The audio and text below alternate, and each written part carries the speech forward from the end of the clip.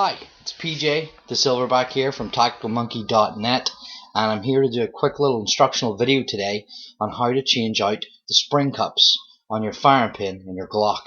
I have here a Glock 22. I'm just going to check it. Always check that there's nothing in the chamber. Visual and tactile inspection to make sure this gun is safe and ready to work. What I'm going to be putting on today are these maritime spring cups by Ghost Inc. I don't know if you can see that or not, but basically with these little spring cups I should be able to fire this gun underwater. Whether or not the gun will fire underwater or not, I have no idea, but I know for a fact that these little spring cups come with they have these little ridges, these little grooves on them. I don't know if you can focus in on that or not. The original spring cups are kind of just flat, but these have these little sections to stick up, and those are going to clear the firing pin channel after every shot when the gun recycles. So whether or not they'll be good enough to clear water out of there, I guess, well, we're going to find out at some point. Not today, but let's put them in first. Okay, so we're going to move top slide, and we can just completely disregard the receiver. We're not going to be using this today, so I'm just going to set it aside after I give you a little bit of the light. Now that will disorientate someone who's coming into your house with shenanigans in mind. It's my little TLR 1S by Streamlight. I keep on the front mounted there. It's good for a home defense weapon. Holsters are hard to find, but you can get them. There are light bearing holsters out there. Alright, tilt this down. So now I have the top slide of the weapon right here. I'm going to remove the main spring, get it out of the way, take out the barrel. You've seen this a million times, I'm sure. And that leaves us with the top slide. Now, the next thing I want to do is take this back plate off the top slide. So this back plate, it's pretty simple to take out once you know the technique. There's the firing pin spring is putting pressure on it right now, and that's what's keeping it in place so it can't slide out.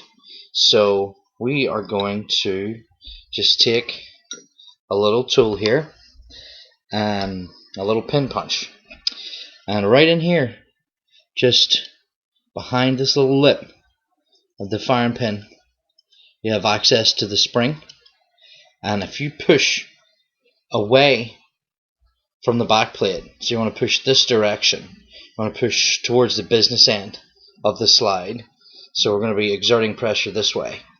So I want to push down and in. So down, across.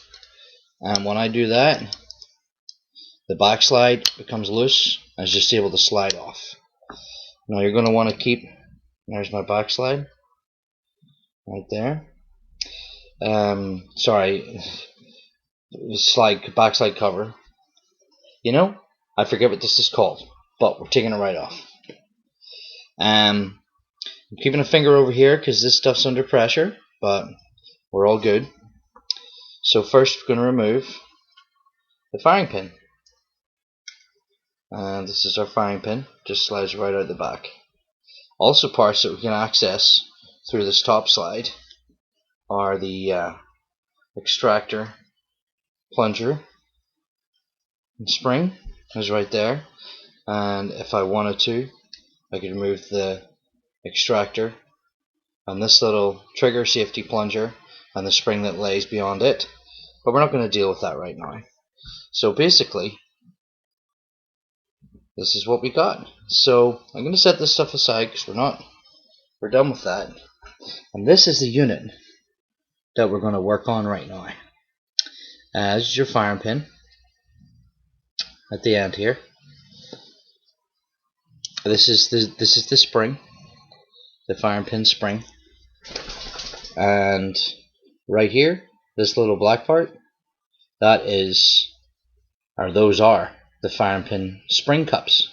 So in order to remove those, we're going to have to pull the tension, take the tension off them, because they're just held there by the tension of the firing pin spring.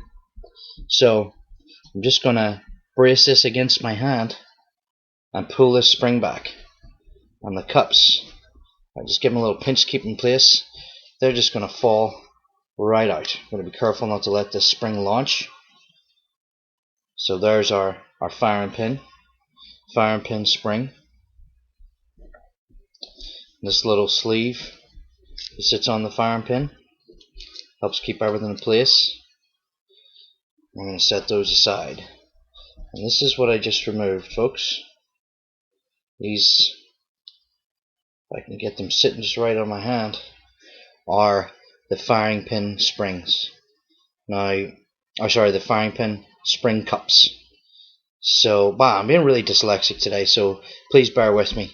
I'm doing my best. This is just a little impromptu video, and my boy Ghost Monkey, who does my camera work, isn't here. That's why I'm using my webcam. I just wanted to get this done. So I'm going to show you one of those. So this one here, oh, nightmare.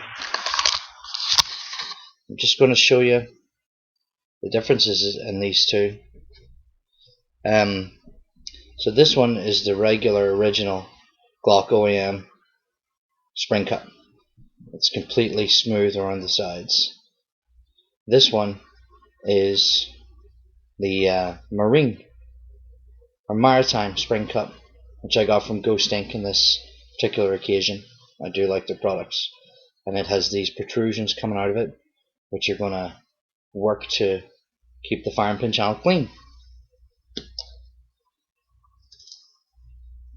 Okay, so now for the difficult part. We can get our firing pin again,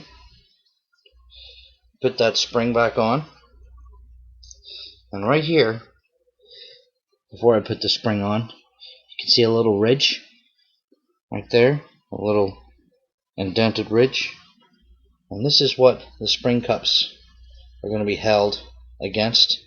The spring will be pushing against it, holding this in place. So what I got to do now is put the spring back on and keep it held back, so I can slip both those little spring plugs back in, or in for the first time in this case. So I'm going to take our spring and just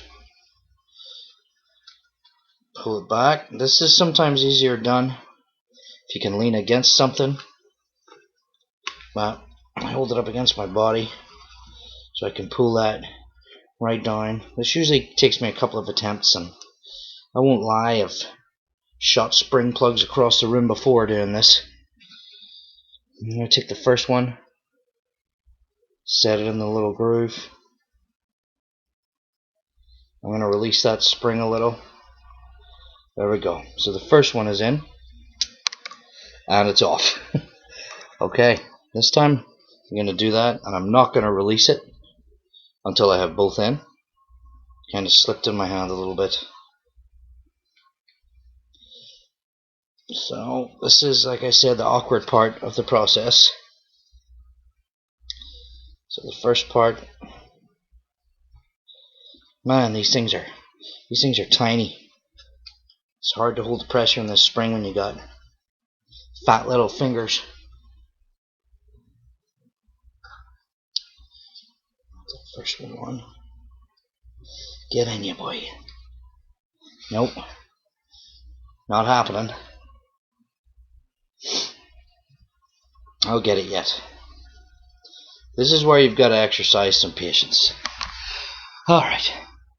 This is my patient face. I'm being patient right now. I hope you're being patient too. Let's try that again. Alright.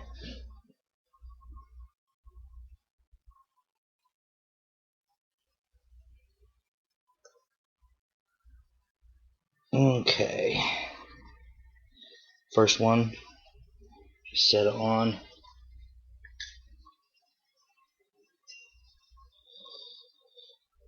And the second one, if I can just slip it in there. Oh, and we have contact. We are in. So here we are. Right at the end of this, you can see my new maritime or marine spring cups. They're holding that spring in place. They've got those ridges on them. Hopefully that is going to do the job. We're going to test this on tacticalmonkey.net at some point soon. We're going to take this bad boy out and see if it fires underwater. Even if it doesn't, I'm not going to be too sad, because I know it's going to do a good job keeping everything nice and clean inside that firing pin channel and stopping it from getting gunked up. So, I'm going to put in the firing pin with everything attached to it now in first. We're just going to slide right in there, slot that into place. It's in there nicely. And then we have this little rod and spring that keep the ejector working. Always be careful to make sure that this little plastic part is at the back of the gun. This part is going to be pushing against the ejector. It is possible to put this in the wrong way, and if you do, you're going to have metal on plastic and it may not function right. Although I'm not going to lie, I've done that before and the gun has cycled through 100 rounds without a problem and nothing broke. But I'm not recommending it.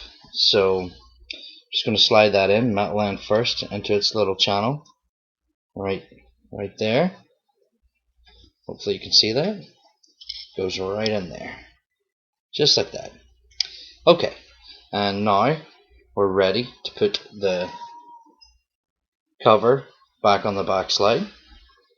Backslide cover, backslide plate. We're going to find out what this is called. I do actually know. I don't know what's going on today. I just put it in just a little bit to start it and hold it in place. And then I use just a pin punch to push down on the back of the plastic sleeve that's holding the firing pin in place.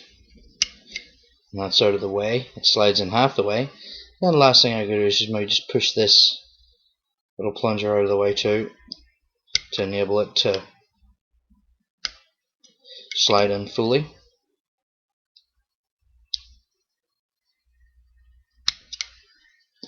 And as always, doing things at different angles to try and do it for the camera doesn't make it the easiest, but that's in. You want to hear when you're sliding this plate back on, you want to hear a nice snap. There it is. It's a bad day if this is not on correctly. The last thing you want to do is fire a gun without this correctly attached. So there's my top slide with my new maritime spring cups and the firing pin holding that firing pin spring in place. Thank you, Ghost. You make great products, Ghost Inc. And we'll quickly just throw this thing together, and I look forward to doing a test on it. I actually have quite a few of these little cups for my other Glocks. I just wanted to share with you the first one today, and maybe next time I'll do one. I'll have Ghost Monkey with me and he can video the whole thing properly. And as always, when you field strip a weapon, you should do a functions check. Trigger's working, trigger reset is working, trigger safety is working. And that's it, folks. Thanks for taking the time to watch. This has been PJ the Silverback from tacticalmonkey.net. Sorry for the poor quality of this video, but sometimes a man can't help himself. He's got to record. Log in, join our mailing list, tacticalmonkey.net. Thank you for watching. Have a good day. Happy shooting.